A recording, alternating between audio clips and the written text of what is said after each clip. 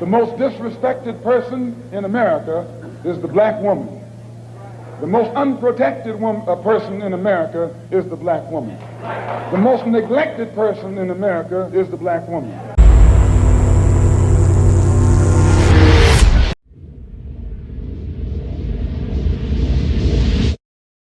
The first words my daughter ever learned was, "Daddy, no." At 13 months, she watched as I fell into the precipice of a Greek tragedy. I, Persephone, her father, Hades. By the time she was 5, she had learned to scream no louder than a whisper and repeat the clever lies I taught her to believe, that black girls and black eyes were synonyms. She had learned to tuck her tears into places her father could not find, what scars and what scarves accessorized best the morning after Armageddon. Safety plans became like fire drills. That's why she would hide in the back of her first grade classroom every time she would have one. Better to burn than face the devil. When she was 7, I overheard her praying, telling God that she hoped she'd never grow up to be like me, that she wasn't sure if her father would kill me or my depression. Either way, she knew what dress I would wear and how to comb my hair when they buried me. I left her father that same year and cut that tree down we used to hide under every time that monster would come out from under her bed. Next year will mark that 10th year since I left her father. And her sister, who's only 5, can't understand why we go back to that same tree stump every year to count the rings. But you see, I know my baby is still afraid of fire drills. And I have yet to throw away my scarves. It is said that 1 in 3 women will experience violence in their lifetime. I have 2 daughters, both who have inherited my eyes.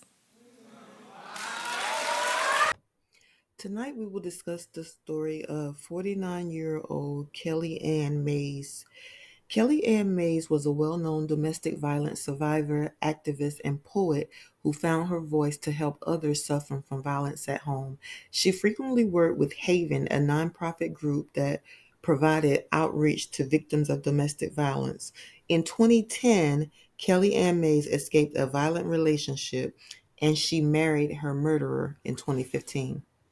And I know you're just as surprised as I was in learning about this story about Kelly Ann Mays. She went by Native Child Brown on Facebook. And the reason I was so shocked is because she was such an advocate for domestic violence. She was an advocate for preventing suicide. She helped a lot of people in her life. As far as the research that I've done, she was definitely a blessing, definitely a beacon of light. So many people had so many praises to give her, and she just seemed like she was an all-around kind person. So, on top of being a domestic violence advocate, she was instrumental in preventing suicide. She was also a doula, and she had been recently became a minister. So she was just out here accomplishing a lot of goals. So, as stated before, she went on after she left her domestic violence relationship. As she told you in the poem, she went on to marry this guy whose name was Jimmy Lee Brown. He was 46 years old, and he was a rapper from back in the day, as far as I understand. His name was Supreme MC. He may or may not have been in the 8 Mile movie, but he was a local Detroit rapper. And so you have to put the whole situation together. How could a woman who survived one domestic violence situation not only end up with another abuser, but was also very heavily advocating for escaping domestic violence situation and domestic violence awareness, and come to find out she was experiencing it herself?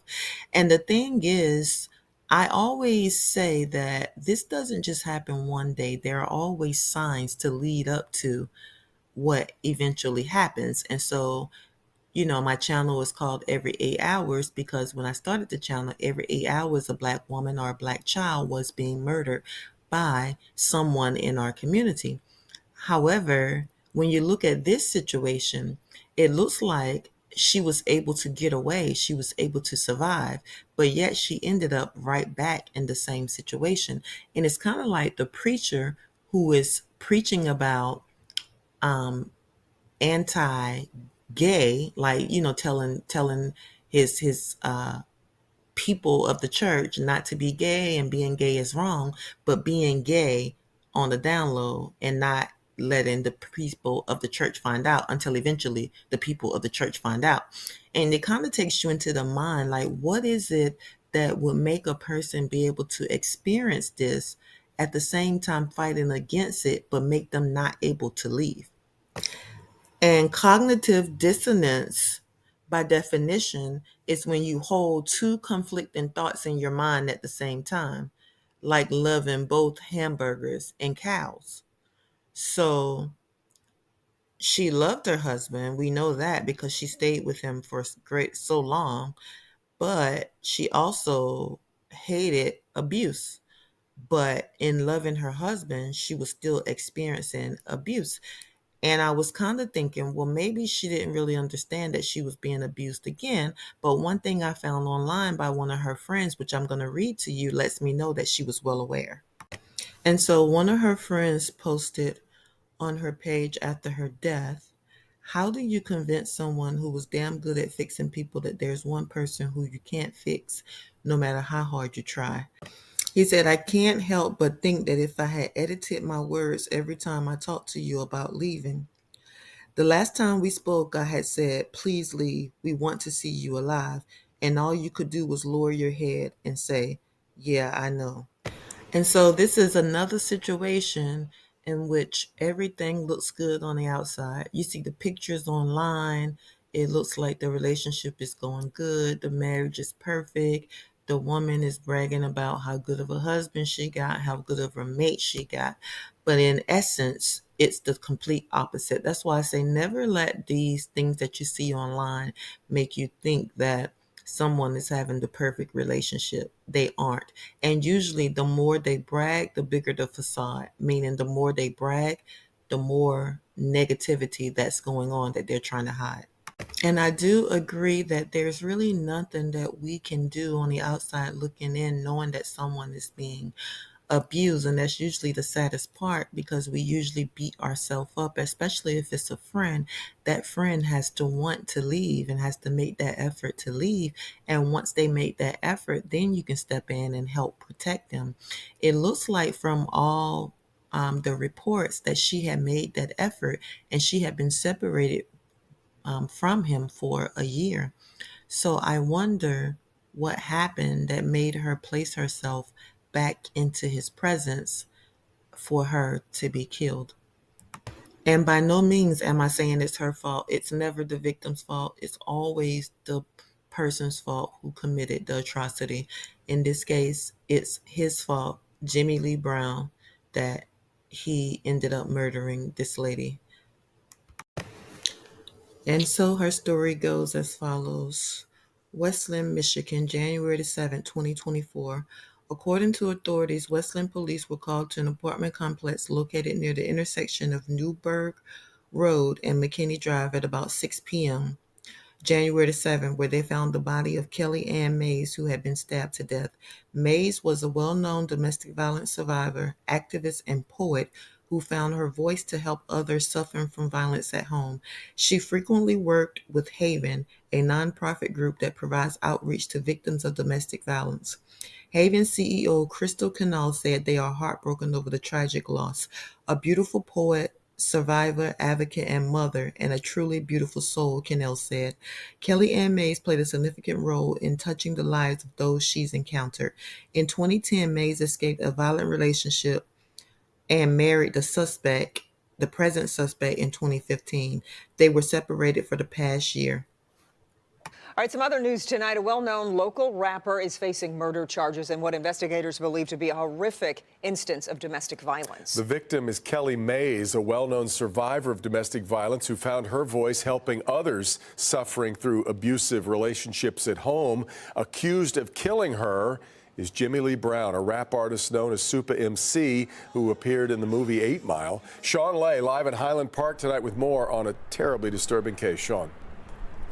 Incredibly disturbing. The loss of Kelly Mays really sending shockwaves, Devin and Kimberly, throughout the community right now. We've had Kelly Mays on Local 4 News, such a strong advocate and voice for domestic violence survivors. She is was a survivor herself, working in the Speakers Bureau for Haven, the group that advocates for domestic violence victims. Family tells us she married Jimmy Brown. He's memorialized here in a mural in Highland Park. He's from Highland Park, Super MC. He's now charged with slashing her to death inside her own apartment on Sunday.